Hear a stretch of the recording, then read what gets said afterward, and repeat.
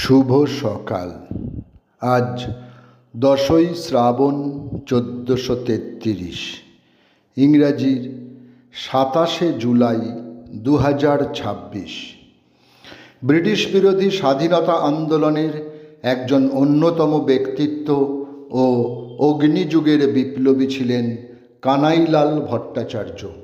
27শে জুলাই 1909 দক্ষিণ 24 পরগনার মজিলপুরে জন্মগ্রহণ করেন এবং 27শে জুলাই 1931 দীনেশ গুপ্ত ও রামকৃষ্ণ বিশ্বাসের ফাঁসির দণ্ডাদেশকারী বিচারক গার্লিককে আলিপুর জর্জ কোর্টের কক্ষের মধ্যেই 38 বোরের কোল্ড জুপিটার রিভলভারের গুলি চালিয়ে হত্যা করেন এবং পটাশিয়াম সায়ানাইড মুখে ঢেলে নেন।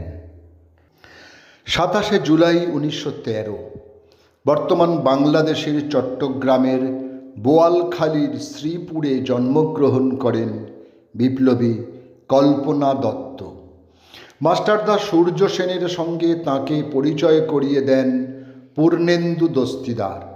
মাস্টারদা প্রতিষ্ঠিত ইন্ডিয়ান রিপাবলিকান আর্মি চট্টগ্রাম শাখায় তিনি যোগদান করেন। তাঁর বিপ্লবী মনোভাবের জন্য রবীন্দ্রনাথ ঠাকুর তাঁকে অগ্নিকন্যা নামে অভিহিত করেছেন। বর্তমান বাংলাদেশের সিলেট জেলার সুনামগঞ্জের বেহেলিতে 27শে জুলাই 1922 জন্মগ্রহণ করেন বাংলার বিখ্যাত লোকসঙ্গীত শিল্পী নির্মলেন্দু চৌধুরী।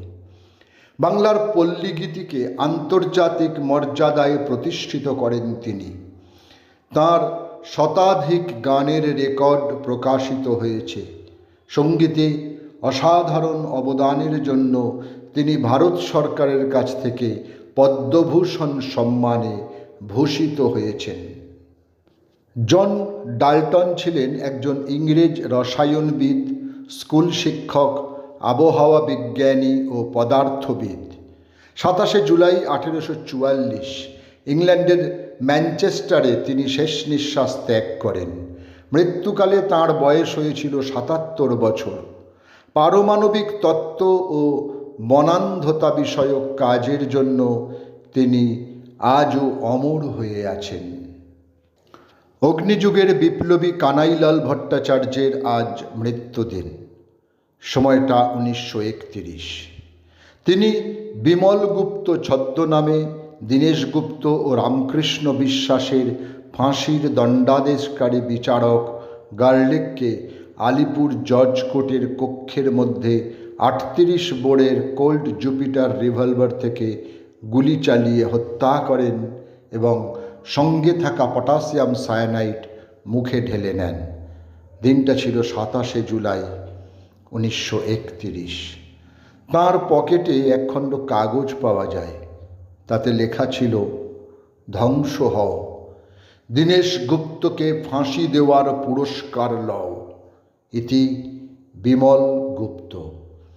তাঁর স্মৃতিতে আলিপুর বেকার রোড নাম পরিবর্তন করে বিপ্লবী কানাইলাল ভট্টাচার্য সড়ক নামকরণ করা হয়।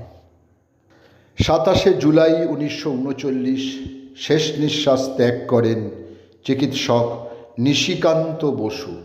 বন্ধু অশ্বিনী কুমারের সহকর্মী হয়ে বরিশালে স্বদেশী আন্দোলনে যুক্ত হন এবং বিখ্যাত হন। স্বদেশ বান্ধব সমিতির তিনি ছিলেন প্রতিষ্ঠাতা সম্পাদক। ঢাকায় বিধবা আশ্রম প্রতিষ্ঠাতাদের অন্যতম সংগঠনকারী ছিলেন তিনি। 27শে জুলাই 1992 ভারতের মুম্বাইতে হৃদরোগে আক্রান্ত হয়ে শেষ নিঃশ্বাস ত্যাগ করেন বিখ্যাত ভারতীয় অভিনেতা আমজাদ খান। মৃত্যুকালে বয়স হয়েছিল 51 বছর। 20 বছরের কর্মজীবনে 130টির বেশি চলচ্চিত্রে কাজ করেছেন। তিনি মূলত খলনায়ক চরিত্রেই অভিনয় করতেন। সফলতার গল্প পড়ো না, কারণ তা থেকে তুমি কোনো বার্তা পাবে না। ব্যর্থতার গল্প পড়ো, না হলে সফল হওয়ার কিছু ধারণা পাবে। অথবা তুমি যদি সূর্যের মতো উজ্জ্বল হতে চাও, তাহলে আগে সূর্যের মতন পুড়তে শেখো। অথবা কালো রঙকে আমরা অনেকেই অশুভ ভাবি, কিন্তু স্কুলের ওই কালো রঙের বোর্ডটাই আমাদের অনেকের ভবিষ্যৎ গড়ে দেয়। এমনই আরও অনেক কথা বলেছেন ভারতের পরমাণু বিজ্ঞানী ও প্রজাতন্ত্র ভারতবর্ষের একাদশ রাষ্ট্রপতি APJ আব্দুল কালাম। আজ তাঁর মৃত্যুদিন, সময়টা 2015। সকলকেই আমার আনত প্রণাম।